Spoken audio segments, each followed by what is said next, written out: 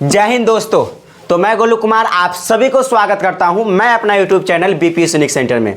तो मैं पढ़ाने वाला हूं आज उपधातु और भी बातें आगे। ठीक है, धातु के गुण मतलब रासायनिक गुण धर्म क्या है, इससे पहले वाला लेक्चर आपने नहीं देखा है तो जरूर देखिए क्योंकि इससे पहले वाला लेक्चर में हमने बताया है कि धातु और अधातु के भौतिक गुण धर्म क्या है। क्योंकि क्लास 10th में मेरे दोस्त यहाँ पर मैक्सिमम क्वेश्चंस पूछे जाते हैं कि धातु और अधातु के भौतिक गुण धर्म क्या है, वो भी 5 से 6 नंबर में पूछे जाते हैं।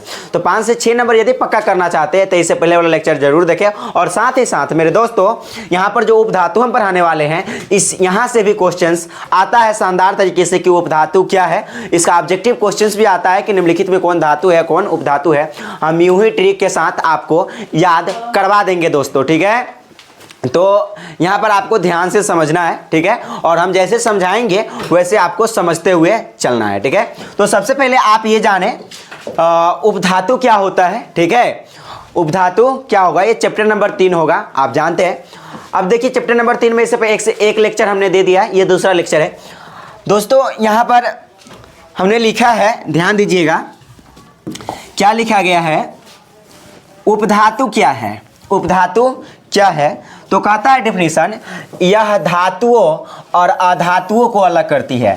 मतलब एक डेफिनेशन आप इस तरह से देख सकते हैं कि उपधातु क्या है तो उपधातु धातु और अधातु को अलग करती है। उपधातु क्या करती है, धातु और अधातु को अलग करती है। मतलब आवर्त सारणी में जाइएगा दोस्तों तो वहां पर धातु एक तरफ है और अधातु एक तरफ है और उपधातु बीच में पाया जाएगा। ठीक है, इसलिए कहा दोस्तों यहाँ पर, इसलिए कहा यह धातुओं और अधातुओं को अलग करती है। अर्थात आप दूसरी भाषा में यह कह सकते हैं कि उपधातु में धातु और अधातु दोनों का गुण पाया जाता है, दोनों का गुण प्रेजेंट होता है। तो यहां पर कहा मेरे दोस्त, यहां पर इसमें धातु एवं अधातु दोनों का गुण पाया जाता है। अर्थात कहने का मतलब दूसरी भाषा में आप इतना बोल सकते हैं, समझ गए। अब देखिए हम उपधातु को, किसको, उपधातु को ट्रिक के माध्यम से कैसे याद करते हैं आसान तरीका से, उसके ऊपर आप ध्यान दीजिएगा।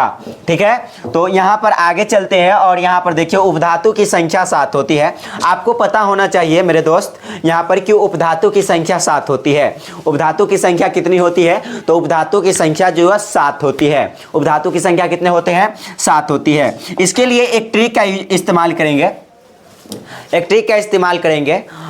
मतलब मान लीजिए कि एक लड़की है, या मान लीजिए एक लड़की है जो भगवान शिव से कहती है, मतलब यूँ ट्रिक बना दिए है कि शिव जी आप टेंशन ना करें, सबको जो है क्या रहा है, टेनिस पोलो आता है। ठीक है, देखिए हम ट्रिक लिखते हैं, यहाँ पर ध्यान दीजिएगा। इस ट्रिक के माध्यम से आप जीवन भर इस चीज़ को याद रखेंगे, कभी भी नहीं भूलेंगे। ठीक है, इस ट्रिक के माध्यम से आप जीवन भर याद रखेंगे, ये गारंटी है, मतलब ये प्रॉमिस करते हैं। लेकिन आप एक शर्त है कि जैसे हम बताते हैं उस प्रकार से आपको ध्यान से देखना है और समझना है। ओके, तो देखिए हम ट्रिक के माध्यम से आपको याद करवाते हैं और एक ट्रिक आप याद रख सकते हैं। एक ट्रिक क्या है दोस्तों, यहाँ पर ट्रिक है, थोड़ा सा यहाँ पर हम ट्रिक का नाम देते हैं, ये ट्रिक होगा आपके लिए। और ट्रिक क्या होगा देखिएगा, सिलिकॉन बोले तो यहाँ पर जो हम ट्रिक बना देते हैं शिव बना देते हैं, क्या बना देते हैं, शिव। ठीक है, और जर्मेनियम बोले तो यहाँ पर हम जी बोल देते हैं, शिव जी। और बोरॉन बोले तो यहाँ पर हम बाबा बोल देते हैं, क्या बोल देते हैं, बाबा। ठीक है, और यहाँ पर एंटीमनी, अगर यदि आपको एंटीमनी याद रखना है या तो यहाँ पर आप एस भी याद रखना है तो आप यहाँ पर सबको याद रखेंगे। क्या याद रखेंगे, सबको। क्या याद रखेंगे, यहाँ पर सबको। ओके, उसके बाद आपको टेलुरियम याद रखना है। ठीक है, तो सबको टेनिस यहाँ पर लिख दीजिए, थोड़ा सा क्या लिख दीजिए, टेनिस। Okay, tennis. उसके बाद यहाँ पर लिख दीजिए पोलो, यहाँ पर क्या लिख दीजिए, पोलो। और यहाँ पर आप लास्ट में लिखेंगे आता। ठीक है, टेनिस पोलो आता या टेनिस पोलो, हाँ ठीक है, आता। चलिए यहाँ पर ध्यान दीजिएगा, हम किस कदर से आपको याद करवाते हैं, ध्यानपूर्वक आप समझते चलिएगा, आपको याद हो जाएगा। तो चलिए यहाँ पर ध्यान दीजिएगा, हमने कहा कि मान लीजिए कि कोई लड़की है और वह शिव से कहती है, मतलब भगवान शिव से कहती है कि शिव जी बाबा, मतलब शिव जी बाबा आप टेंशन ना ले, सबको जो है टेनिस पोलो आता है। तो मतलब यहाँ पर देखिए शिव जी, शिव कहने का मतलब है एसआई सिलिकॉन, शिव कहने का मतलब है एसआई सिलिकॉन, ठीक है, सिलिकॉन शिव से हो गया सिलिकॉन, मतलब एसआई बोले तो सिलिकॉन, ठीक है। दूसरी उपधातु आता है जर्मेनियम, दूसरी उपधातु क्या होता है जर्मेनियम, जी मतलब जी, शिव जी, तो जी कहने का मतलब है जर्मेनियम, ठीक है, जर्मेनियम। बाबा से आप बोरॉन याद रखेंगे, बाबा से आप क्या याद रखेंगे, बोरॉन बोले तो यहाँ पर बी, संकेत क्या होता है बोरॉन का, यहाँ पर बी होता है, संकेत क्या होता है दोस्तों बोरॉन का, यहाँ पर बी होता है, ठीक है, बी होता है। बाबा से आप बी याद रखेंगे, ठीक है। उसके बाद सबको बोले तो एस बी, सबको तो स एस से स आ बी से ब, सबको हो गया, ठीक है। तो एस बी बोले तो एंटी मनी को बोलते हैं, एस बी कहने का क्या मतलब है एंटी मनी, ओके। और सबको क्या आता है तो टेनिस पोलो आता है, और टेनिस बोले तो टेनिस कहने का मतलब है टेलुरियम, और टेलुरियम कहेंगे तो टेलुरियम कहेंगे तो क्या होगा टी होगा। उसके बाद है पोलोनियम, क्या है पोलोनियम, टेनिस पोलो आता, और पोलो कहने का मतलब है पोलोनियम, पोलो कहने का मतलब है पोलोनियम, याद रखें पोलो कहने का क्या मतलब है दोस्तों, यहाँ पर पोलोनियम से है, पोलो कहने का क्या मतलब है पोलोनियम, ठीक है। पोलोनियम बोले तो पीओ, पोलोनियम बोले तो पीओ। और आता कहने का मतलब है, और आता कहने का मतलब है आर्सेनिक, आता कहने का क्या मतलब है आर्सेनिक, आता कहने का क्या मतलब है आर्सेनिक, आता कहने का क्या मतलब है आर्सेनिक, और आर्सेनिक हो गया। और यहाँ पर आप एस याद रखेंगे, आर्सेनिक बोल दिए तो क्या होगा आर्सेनिक कहने का मतलब, आता कहने का मतलब है एस, और एस आता कहने का मतलब है एस, आता कहने का मतलब है एस, और एस बोले तो आर्सेनिक। यानी ये 7 गो है, इस ट्रिक के माध्यम से आप जीवन भर के लिए याद रख सकते हैं। शिव जी बाबा सबको टेनिस पोलो आता, ठीक है। तो कहेंगे सिलिकॉन होगा, जर्मेनियम होगा, बोरॉन होगा, एसबी मतलब एंटीमनी होगा, फिर यहाँ पर सबको टेनिस मतलब टेलुरियम होगा, पोलो मतलब पोलोनियम होगा, आता आर्सेनिक होगा, ठीक है। तो टेनिस पोलो आता, यहाँ पर आप इतना अच्छे से याद रख सकते हैं। चलिए अब हम चलते हैं आगे, और आगे चलते हैं और आगे देखते हैं क्या है। यहाँ पर देखिए, यहाँ पर लिखा गया है दोस्तों, यहाँ पर ध्यान दीजिएगा, यहाँ पर लिखा गया धातु के रासायनिक गुणधर्म, धातु के रासायनिक गुणधर्म क्या होते हैं उसके बारे में थोड़ा सा आप समझेंगे। धातु के रासायनिक गुणधर्म क्या होते हैं, धातु का है, यहाँ पर ध्यान दीजिएगा, धातु का रासायनिक गुणधर्म कहने का क्या मतलब है, रासायनिक गुणधर्म क्या होता है उसके बारे में आप समझिए। यहाँ पर कहा पहला गुणधर्म है धातु के रासायनिक गुणधर्म में, पहला है गुण। गुण कहने का क्या मतलब है कैरेक्टर, आपका कैरेक्टर कैसा है, और ये रासायनिक रूप से कहने का मतलब है किस प्रकार से रिएक्ट होता है, किस प्रकार से अभिक्रिया करता है। तो आप कहेंगे धातु के जो रासायनिक गुणधर्म है वो पहला गुणधर्म है कि धातु ऑक्सीजन से क्रिया करती है, धातु प्लस ऑक्सीजन है, धातु क्या है प्लस में ऑक्सीजन, और धातु प्लस ऑक्सीजन कहने का मतलब यह हुआ दोस्तों कि धातु जब ऑक्सीजन से क्रिया करती है तो धातु ऑक्साइड बनाती है। क्या करेंगे, पहला क्या हो गया रासायनिक गुणधर्म, पहला रासायनिक गुणधर्म यहाँ पर क्या हो गया, यहाँ पर ध्यान दीजिएगा, पहला रासायनिक गुणधर्म हुआ कि धातु जो है, धातु किससे अभिक्रिया करती है तो धातु ऑक्सीजन से अभिक्रिया करती है, ऑक्सीजन से अभिक्रिया करती है तो धातु ऑक्साइड बनाती है, धातु ऑक्साइड बनाती है। इसलिए एग्जाम्पल के तहत लिखा गया, यहाँ पर एग्जाम्पल के तहत लिखा गया है, एग्जाम्पल पहला नंबर एग्जाम्पल है कि जेडन हम एक धातु ले लिए, पहला नंबर एग्जाम्पल क्या है, जेडन एक धातु है जिसको हम जिंक कहते हैं। क्या कहते हैं, जेडन कहने का मतलब होता है दोस्तों यहाँ पर जिंक होता है, ठीक है। और यहाँ O2 कहने का मतलब आप समझ रहे हैं ऑक्सीजन, तो ये दोनों जब आपस में मिलता है तब बनाता है जिंक ऑक्साइड। क्या बनाता है, जिंक ऑक्साइड, सिंपल सी बात है, क्या बनाएगा जिंक ऑक्साइड। इसका नाम क्या होता है दोस्तों, इसका नाम होता है जिंक ऑक्साइड। देखिए इसका जेडन कहने का मतलब है, यहाँ पर सब अच्छे से हम लिख देते हैं, यहाँ पर हम सब अच्छे से लिख देते हैं, और यहाँ पर ध्यान दीजिएगा। और जिंक कहने का मतलब यहाँ पर धातु है, ये जेडन कहने का मतलब ये जिंक हो गया, क्या हो गया जिंक हो गया। और O2 कहने का मतलब ऑक्सीजन, आप समझ रहे हैं, और यहाँ पर ZnO कहने का मतलब है जिंक ऑक्साइड। क्या हो जाएगा, zinc oxide, zinc oxide, okay. क्या हो जाएगा यहाँ पर जिंक ऑक्साइड हो जाएगा। तो आप याद रखेंगे, क्या याद रखेंगे दोस्तों, कि धातु जब ऑक्सीजन से अभिक्रिया करती है तो धातु ऑक्साइड बनाती है। मतलब जेडन क्या है, धातु है जिंक, ठीक है, और वो ऑक्सीजन से अभिक्रिया करती है तो क्या बनाती है, जिंक ऑक्साइड बनाती है, और जिंक ऑक्साइड का सूत्र होता है जेडेनो। सिंपल सी बात है, जिंक और ऑक्सीजन मिलेगा तो जिंक ऑक्साइड बनाएगा, जिसका सूत्र होता है जेडेनो। ठीक है, आप इतना समझ गए। उसके बाद दूसरा एग्जाम्पल हमने लिखा कि दूसरा एग्जाम्पल हमने दूसरा धातु का ले लिया, कॉपर। दूसरे धातु का नाम क्या हो गया दोस्तों, Cu कहने का मतलब यहाँ पर कॉपर से है। Cu कहने का क्या मतलब है, कॉपर। Cu कहने का मतलब यहाँ पर कॉपर है। तो कॉपर जब ऑक्सीजन के साथ रिएक्ट होता है तब बनाता है कॉपर ऑक्साइड, कॉपर ऑक्साइड। और इसको आप कॉपर सेकेंड ऑक्साइड बोल सकते हैं। क्या बोल सकते हैं, copper second oxide, copper second oxide. Okay, copper second oxide, copper second oxide. मतलब कैसे, देखिए कॉपर है और ऑक्सीजन है, दोनों मिलेगा तो कॉपर ऑक्साइड बनाएगा। सिंपल सी बात है, मतलब कॉपर और ऑक्सीजन मिलेगा तो कॉपर ऑक्साइड। मतलब यहाँ पर जे इधर है उधर होना चाहिए ना, होना चाहिए, क्योंकि कॉपर इधर है तो कॉपर ऑक्सीजन इस साइड है, तीर के इस तरफ, तो तीर के उस तरफ भी तक कॉपर ऑक्सीजन होना चाहिए।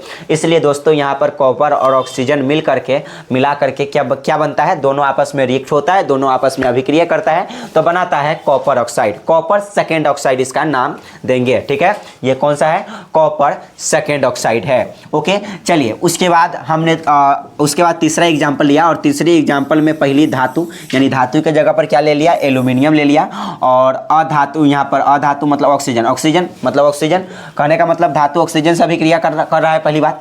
तो एल्यूमिनियम धातु ले लिए, क्या ले लिए, एल्यूमिनियम यहाँ पर धातु ले लिया और ऑक्सीजन ले लिए। ठीक है, तो एल्यूमिनियम जो ऑक्सीजन के साथ सहयोग करता है तो बनाता है एल्यूमिनियम ऑक्साइड, Al2O3। क्या बनाता है, Al2O3, एल्यूमिनियम ऑक्साइड। इसको क्या पढ़ते हैं दोस्तों, यहाँ पर याद रखेंगे, इसको जो हम पढ़ते हैं एल्यूमिनियम ऑक्साइड पढ़ते हैं। क्या पढ़ते हैं, एल्यूमिनियम ऑक्साइड, एल्यूमिनियम, ठीक है, एल्यूमिनियम ऑक्साइड। ओके, तो आप यहाँ पर याद रखेंगे इसका नाम क्या हो गया, एल्यूमिनियम ऑक्साइड।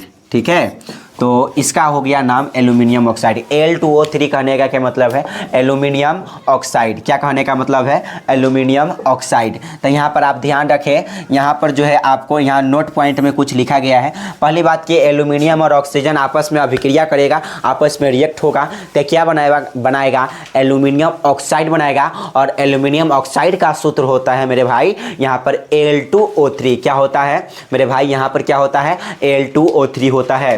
ठीक है, तो Al2O3 होता है एल्यूमिनियम ऑक्साइड का सूत्र। और इसमें लिखा गया कि Al2O3 एक उभयधर्मी ऑक्साइड है। चलिए उभयधर्मी ऑक्साइड क्या होता है, आने वाले मतलब इससे आगे आप चलिएगा तो हम आपको बताएंगे कि उभयधर्मी ऑक्साइड क्या है। फिलहाल आप इतना ध्यान रखें मेरे भाई, यहाँ पर आप फिलहाल आप इतना ध्यान रखें कि Al2O3 एक उभयधर्मी ऑक्साइड है। एग्जाम में कई बार पूछा गया है कि उभयधर्मी ऑक्साइड कौन है, तो ऑप्शन में आपको दिखाई देगा Al2O3, Al2O3। ओके, चलिए अब यहाँ पर चलिए दूसरा। अब तो पहला समझ गए कि धातु ऑक्सीजन से अभिक्रिया करता है तो धातु ऑक्साइड बनाता है, मतलब रासायनिक गुणधर्म में, धातु के रासायनिक गुणधर्म में। और यहाँ पर दूसरा गुणधर्म क्या है, यहाँ पर ध्यान दीजिएगा। तो दूसरा गुणधर्म है मेरे दोस्त यहाँ पर कि धातु जब जल से अभिक्रिया करती है, मतलब धातु के रासायनिक गुणधर्म के दूसरा गुण क्या है, तो दूसरा गुण है कि धातु जब जल से अभिक्रिया करती है तो धातु ऑक्साइड और प्लस में हाइड्रोजन गैस बाहर करती है। धातु ऑक्साइड और हाइड्रोजन गैस बाहर करती है। धातुएं जब जल से अभिक्रिया करती है तो धातु ऑक्साइड भी बनाती है और हाइड्रोजन गैस भी बाहर करती है। आप इतना ध्यान रखें। तो कहा मेरे दोस्त यहाँ पर धातु जब जल से अभिक्रिया करती है तो धातु ऑक्साइड और हाइड्रोजन गैस बाहर करती है। देखिए धातु ले लिए एक तरफ कैल्शियम, Ca कहने का मतलब हो गया कैल्शियम धातु हो गया, और जल कहने का मतलब H2O। ये दोनों आपस में लिए तो पहली बात धातु ऑक्साइड तो बनाना तय है। धातु का ऑक्साइड, धातु ऑक्साइड कहने का मतलब धातु का ऑक्साइड, तो धातु ऑक्साइड देखिए Ca इधर हो गया, और H2O है ना, H2O से मिला करके बनाता है OH का होल 2। मतलब यहाँ पर धातु के ऑक्साइड बनाएगा ना, हम यहाँ पर देखिए Ca है तो Ca रहेगा, यहाँ पर देखिए ऑक्सीजन है ना, यहाँ पर ऑक्सीजन, तो यहाँ पर भी ऑक्सीजन रहना तय है तो O रहा, ठीक है। और हाइड्रोजन यहाँ पर है तो यहाँ पर भी हाइड्रोजन रहना तय है। इसलिए सबसे पहले जो ऑक्साइड बनाएगा, कौन सा ऑक्साइड बनाएगा, तो कैल्शियम हाइड्रा ऑक्साइड बनाएगा। कौन सा ऑक्साइड बनाएगा, कैल्शियम हाइड्रा ऑक्साइड बनाएगा। क्या बनाएगा, कैल्शियम हाइड्रा ऑक्साइड यहाँ पर बनाएगा। क्या बनाएगा, कैल्शियम हाइड्रा ऑक्साइड बनाएगा, ठीक है।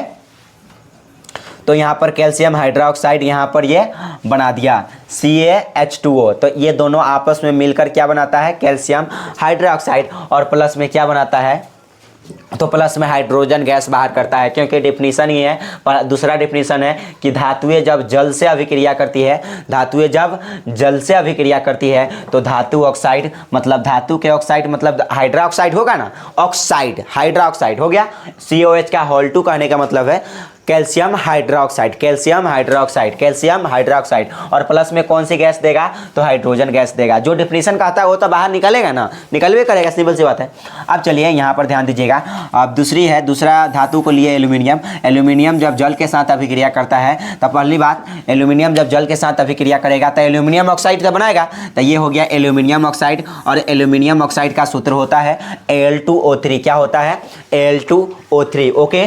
और प्लस में यहाँ पर H2 गैस मतलब हाइड्रोजन गैस, और प्लस में कौन सी गैस बाहर निकालती है, क्योंकि धातु ऑक्साइड तो बनाएगा और साथ ही साथ हाइड्रोजन गैस बाहर करेगा, इसलिए H2 गैस वह क्या करती है, बाहर करती है। समझ गए, ये दूसरा हो गया इसका कैरेक्टर, मतलब धातु के रासायनिक गुणधर्म का दूसरा गुणधर्म है। चलिए अब हम आगे चलते हैं और आगे क्या है उसके ऊपर बात करते हैं।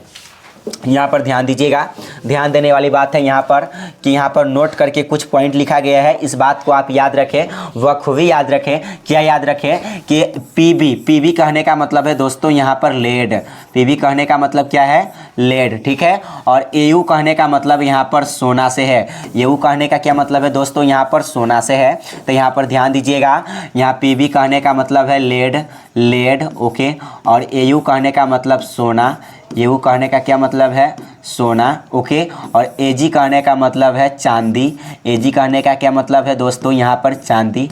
और सीयू कहने का मतलब क्या है, कॉपर। आप समझ रहे हैं, कॉपर, ठीक है, कॉपर। तो क्या होता है यहाँ पर चंद्रबिंदु नहीं होगा दोस्तों, यहाँ पर कॉपर ऐसे लिखते हैं, ठीक है। तो कॉपर हो गया, ठीक है। तो कहता है वह लेड हो, सोना हो, चांदी हो, और कॉपर जल से अभिक्रिया नहीं करती है। याद रखें कौन कौन जो है जल से अभिक्रिया नहीं करती है। तो क्वेश्चंस पूछा जाता है दोस्तों कि कौन सी धातु है जो जल से अभिक्रिया नहीं करती है। तो याद रखें यहाँ पर लेड यानी शीशा, ठीक है, लेड यानी शीशा, और सोना, चांदी और कॉपर यह जल से अभिक्रिया नहीं करती है, ठीक है। और तीसरी, यहाँ पर तीसरा गुणधर्म क्या है, मतलब धातु के रासायनिक गुणधर्म में तीसरा गुणधर्म क्या है उस बात को समझते हैं। तीसरा गुणधर्म क्या है उस बात को समझते हैं। तो यहाँ पर तीसरा गुणधर्म यहाँ पर बताया गया आपको कि धातु जो है तनु अम्ल के साथ अभिक्रिया करती है तो लवण और हाइड्रोजन गैस बाहर करती है। धातु कौन सी अम्ल के साथ, तनु अम्ल के साथ, तनु अम्ल के साथ। तनु अम्ल क्या होता है, एक होता है सांद्र अम्ल, एक होता है तनु अम्ल। तनु अम्ल कहने का मतलब है अम्ल की मात्रा कम और जल की मात्रा अधिक।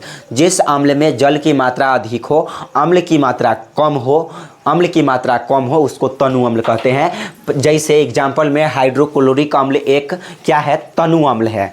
हाइड्रोक्लोरिक अम्ल क्या है, HCl एक तनु अम्ल है। तो यहाँ पर बताया गया दोस्तों कि धातु जब, तीसरा है कैरेक्टर, धातु के रासायनिक गुणधर्म का तीसरा गुणधर्म है कि धातु जब तनु अम्ल के साथ अभिक्रिया करती है तो लवण बनाती है और हाइड्रोजन गैस बनाती है, ठीक है। तो यहाँ पर देखिए धातु हम मैग्नीशियम ले लिए और तनु अम्ल आपको हम बता दिए HCl को क्या कहते हैं, तनु अम्ल। ये दोनों आपस में बताएगी। तो सबसे पहले लवण बनाएगा तो लवण में Mg से और Cl से बन जाएगा MgCl2। Mg और Cl से, यहाँ Mg है और यहाँ पर Cl है, तो Mg और Cl से MgCl2 बन जाएगा। और प्लस में कौन सी गैस बाहर होगी, तो यहाँ पर हाइड्रोजन गैस बाहर होगी। कौन सी गैस बाहर होगी दोस्तों, यहाँ पर हाइड्रोजन गैस बाहर होगी। कौन सी गैस बाहर होगी, तो हाइड्रोजन गैस बाहर होगी, याद रखें, ठीक है।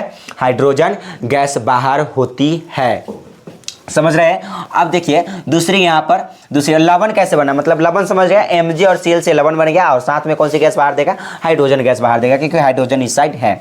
चलिए अब दूसरी धातु हमने लिया जिंक। क्या लिया, यहाँ पर जिंक क्या है, धातु है। और तनु अम्ल को ले लिए HCl क्या है, तनु अम्ल है। ये दोनों Zn और Cl को मिलाकर बनता है ZnCl2। इसको बोलते हैं मैग्नीशियम क्लोराइड। MgCl2 कहने का मतलब है मैग्नीशियम मैग्नीशियम क्लोराइड। MgCl2 कहने का क्या मतलब है दोस्तों, मैग्नीशियम क्लोराइड, मैग्नीशियम क्लोराइड। और यहाँ पर प्लस में H2, प्लस में कौन सी गैस बाहर होगा, हाइड्रोजन गैस बाहर होगा। और यहाँ पर ZnCl2 कहने का मतलब है, मतलब Zn और Cl से बन गया ZnCl2, और प्लस में कौन सी गैस बाहर होगी, तो हाइड्रोजन गैस बाहर होगी। कौन सी गैस बाहर होगी, हाइड्रोजन गैस बाहर होता है यहाँ पर। और यहाँ पर ये दोनों Zn और Cl को मिला करके बन गया ZnCl2, ठीक है, ZnCl2। आप इतना, आई होप इतना आप समझ गए होंगे। और यहाँ पर दोस्तों थोड़ा सा आप ध्यान दीजिएगा, अब जो हम लास्ट पर पढ़ने वाले हैं यहाँ पर धातु और अधातु के रासायनिक गुणधर्म, मतलब अच्छे से, मतलब अगर इससे पहले अगर 5 नंबर में पूछता है तो वो नहीं लिखेंगे, आप मुख्य बातें यहाँ से लिखना स्टार्ट करेंगे। मुख्य बातें कहाँ से लिखना स्टार्ट करेंगे, आप यहाँ पर ध्यान दीजिएगा दोस्तों कि मुख्य बातें जो है यहाँ से आप लिखना स्टार्ट कीजिएगा। इसमें कहा धातु एवं अधातु के रासायनिक गुणधर्म, ये VVI है दोस्तों, और पूछा जाता है 5 नंबर में। कितने नंबर में पूछा जाता है, 5 अंक में पूछा जाता है। कितने अंक में, 5 अंक में पूछा जाता है। ये कितने अंक में पूछा जाता है दोस्तों, 5 अंक में पूछा जाता है। कहता है धातु और अधातु के रासायनिक गुणधर्म लिखे 5 अंक में, ठीक है। तो ये पूछता है 5 नंबर का। हम जैसे हम इसमें बताया है, जैसे हमने लिखा है, आप वैसे ही हूबहू लिख देते हैं तो आपको फुल 5 नंबर मिलेंगे दोस्तों। कितने मिलेंगे, फुल 5 नंबर मिलेंगे। इसको आप ध्यान रखें। तो चलिए यहाँ पर ध्यान दीजिएगा, और किस प्रकार से जो है याद करना है वो भी आप ध्यान दीजिएगा। देखिए यहाँ पर कहा इसकी ऑक्साइड क्षारीय होती है। इसकी ऑक्साइड कहने का मतलब है किसकी ऑक्साइड क्षारीय होती है, इसकी ऑक्साइड क्षारीय होती है। मतलब कहने का मतलब यहाँ है, यहाँ कहने का मतलब है कि धातु का। तो दोस्तों यहाँ पर सबसे पहले आप यहाँ पर धातु लिख लेंगे। क्या लिख लेंगे, धातु सबसे पहले यहाँ पर लिख लेंगे। यहाँ पर आपको क्या लिखना पड़ेगा, सबसे पहले यहाँ पर आपको धातु लिखना पड़ेगा। तो एक तरफ तो यहाँ पर देखिए लाइनिंग ऐसे खींच लीजिएगा, और यहाँ पर लिखिएगा आप धातु, एक तरफ क्या लिखिएगा, धातु, और एक तरफ आप लिखिएगा लाइनिंग खींच के यहाँ पर अधातु, ठीक है, अधातु। और धातु और अधातु के बारे में आप बता दीजिएगा। तो पहले गुणधर्म है यहाँ पर धातु और अधातु के रासायनिक गुणधर्म में पहला है कि इसकी ऑक्साइड, मतलब धातु की ऑक्साइड, किसकी, धातु की ऑक्साइड। ध्यान दीजिएगा, यहाँ पर ध्यान दीजिएगा, क्या है ध्यान देने वाली बात, कि धातु की ऑक्साइड जो है ना, यहाँ पर ध्यान दीजिएगा। एक तरफ हमने कहा कि एक तरफ आपको क्या लिखना पड़ेगा, एक तरफ लिखना पड़ेगा धातु, ओके, और दूसरी तरफ लिखना पड़ेगा अधातु, ठीक है, अधातु। इतना आपको लिखना पड़ेगा, ठीक है, अधातु। तो यहाँ पर ध्यान दीजिएगा, हमने कहा इसकी ऑक्साइड क्षारीय होती है। मतलब किसकी ऑक्साइड, ध्यान दीजिएगा और आसान से समझिएगा। मतलब धातु की जो ऑक्साइड है ना, धातु की जो ऑक्साइड है वह क्षारीय होता है। धातु की ऑक्साइड क्या होता है दोस्तों, तो धातु की ऑक्साइड क्षारीय होता है, याद रखें। धातु की ऑक्साइड कैसी होती है, रासायनिक गुणधर्म में हमने देखा कि जो भी धातु की ऑक्साइड बन रही थी वो सब के सब क्षारीय होती है। तो धातु पहला गुणधर्म है, तो ये धातु की ऑक्साइड क्षारीय होती है। और अधातु में जाएगा, अ से अधातु, अ से अम्लीय, इसलिए इसकी ऑक्साइड अम्लीय होती है। मतलब अधातु के ऑक्साइड अम्लीय होते हैं, अ से अधातु और अ से अम्लीय। सिंपल सी बात है कि इसकी ऑक्साइड आप क्षारीय याद रख लीजिएगा, और अ से अम्लीय और अ से अधातु। तो धातु का ऑक्साइड भले ही क्षारीय होता है, लेकिन अधातु के ऑक्साइड अम्लीय होता है। दूसरी बात है, यह जल से अभिक्रिया कर H2 गैस, मतलब हाइड्रोजन गैस उत्सर्जित करता है। बात सही है। इससे पहले आपको हम दिखाया कि जल से अभिक्रिया करता था तो हाइड्रोजन गैस ना भी बाहर कर रहा था। तो आपको लिखना पड़ेगा दूसरा में कि यह जल से अभिक्रिया कर हाइड्रोजन गैस बाहर करती है। लेकिन अधातु क्या है कि यह जल से अभिक्रिया नहीं करती है। तो यहाँ पर लिखा गया कि यह जल से अभिक्रिया नहीं करती है। यह मतलब कौन, तो यह मतलब कहने का मतलब अधातु जल से अभिक्रिया नहीं करती है। तीसरी बात है दोस्तों यहाँ पर कि यह अम्ल से अभिक्रिया कर हाइड्रोजन गैस देती है। अभी बता, अम्ल यहाँ पर तनु अम्लीय है, ये अम्ल से अभिक्रिया किया था, हाइड्रोजन गैस दिया कि नहीं बाहर में, इसलिए लिखा गया दोस्तों यह अम्ल से अभिक्रिया कर हाइड्रोजन गैस देता है, मतलब H2 गैस देता है। और यह अम्ल से अभिक्रिया ही नहीं करती, मतलब धातु अम्ल से अभिक्रिया नहीं करती है, याद रखें, ठीक है, याद रखें। उसके बाद यहाँ पर आगे समझिएगा और आगे यहाँ पर ध्यान दीजिएगा। इसमें कहा यह इलेक्ट्रॉन को त्याग कर धनायन बनती है, है, मतलब जितने भी धातु है ना, जैसे यहाँ पर हम सोडियम की बात करते हैं तो इस पर चार्ज होता है Na+, मतलब जितने भी धातु है, दुनिया का जितने सारे धातु है उस पर सब के सब पॉजिटिव चार्ज होता है, प्लस चार्ज होता है, प्लस आवेश होता है। इस कारण से दोस्तों यहाँ पर यह इलेक्ट्रॉन को त्याग कर धनायन बनती है। मतलब कौन इलेक्ट्रॉन को त्याग कर धनायन बनती है? मतलब धातु इलेक्ट्रॉन को त्याग करता है, इलेक्ट्रॉन को त्याग करता है तो वह क्या बनता है? धनायन। मतलब Na पर ये प्लस जो होता है ना, ये चार्ज ये त्याग कर देगा, ये क्या कर देगा? त्याग कर देगा, और जिस कारण से ये क्या बनाएगा? तो धनायन बनती है। इलेक्ट्रॉन को त्याग करके धातु ये धनायन बनती है। और ये जो है अधातु इलेक्ट्रॉन को ग्रहण करता है। जैसे आप क्लोरीन की बात करते हैं तो क्लोरीन पर होता है माइनस चार्ज। क्लोरीन पर क्या होता है? माइनस चार्ज, क्योंकि यह एगो इलेक्ट्रॉन को ग्रहण करता है। एक इलेक्ट्रॉन को, मतलब इलेक्ट्रॉन जो इलेक्ट्रॉन को ग्रहण करेगा उस पर माइनस चार्ज होता है, माइनस चार्ज होता है, माइनस आवेश होता है। और जो इलेक्ट्रॉन को त्याग करेगा उस पर प्लस चार्ज होता है, प्लस आवेश होता है। तो यहाँ पर आप ध्यान रखें कि यह मतलब कौन? अधातु इलेक्ट्रॉन को ग्रहण कर ऋण आयन बनता है, मतलब नेगेटिव बनती है। ठीक है, मतलब अधातु पर नेगेटिव चार्ज होता है और धातु पर पॉजिटिव चार्ज होता है। आप इतना को ध्यान रखें। चलिए ठीक है, तो अभी तक कितने गुणधर्म देख लिए? रासायनिक गुणधर्म। तो एक पहला देख लिए, दूसरा देख लिए, तीसरा देख लिए और चौथा देख लिए। ठीक है, और चौथा के बाद यहाँ पर आप पाँचवा देखेंगे, और पाँचवा यहाँ पर ध्यान दीजिएगा, और पाँचवा क्या है उसके ऊपर थोड़ा सा आप ध्यान दीजिएगा। तो यहाँ पर पाँचवा कहा दोस्तों, यहाँ पर पाँचवा क्या कहा? तो पाँचवा कहा यहाँ पर यह अवकारक प्रकृति के होते हैं। मतलब धातु जो है ना अवकारक प्रकृति के होते हैं। धातु क्या होता है? क्यों अवकारक प्रकृति के होते हैं? क्योंकि यह इलेक्ट्रॉन को त्याग करता है, और वह जितने धातु है सब इलेक्ट्रॉन को त्याग करता है, और जो इलेक्ट्रॉन को त्याग करेगा वह अवकारक प्रकृति के होंगे, इसलिए धातु अवकारक होते हैं। धातु कैसा होते हैं? याद रखें दोस्तों, धातु अवकारक प्रकृति के होते हैं क्योंकि धातु इलेक्ट्रॉन को त्याग करती है, इसलिए अवकारक प्रकृति के होते हैं। और यह ऑक्सीकारक प्रकृति के होते हैं क्योंकि यह इलेक्ट्रॉन को ग्रहण करता है। मतलब अधातु इलेक्ट्रॉन को ग्रहण करता है, इसलिए अधातु ऑक्सीकारक प्रकृति के होते हैं। ठीक है, उसके बाद धातु के बाह्यतम कक्षा में इलेक्ट्रॉन की संख्या 1, 2, 3 होती है। ये VVI है, पूछा गया, इस बार भी है, इस बार भी पूछा था कि धातु के बाह्यतम कक्षा में इलेक्ट्रॉन की संख्या कितना होता है। तो आप कहेंगे धातु के जो बाह्यतम कक्षा में 1, 2, 3 इलेक्ट्रॉन होते हैं। 1, 2, 3 इलेक्ट्रॉन होते हैं धातु के बाह्यतम कक्षा में, और अधातु के बाह्यतम कक्षा में 3 से अधिक, जैसे 4, 5, 6, 7 होता है। तो यहाँ पर लिखिएगा 4, 5, 6, 7 अधातु के बाह्यतम कक्षा में इलेक्ट्रॉन की संख्या होती है।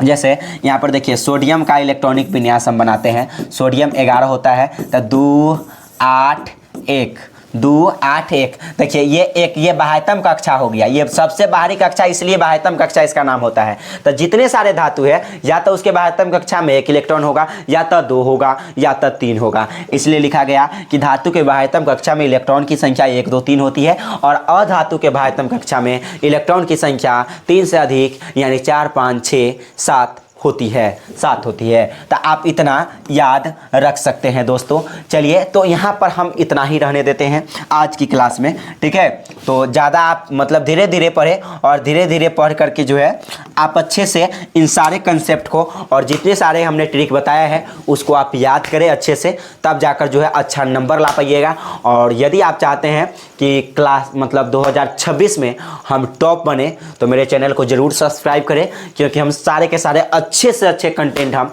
अवेलेबल कराएंगे। तो फिर मिलते हैं अगले वीडियो में, जब तक आप लोग पढ़िए मन से। ओके, धन्यवाद।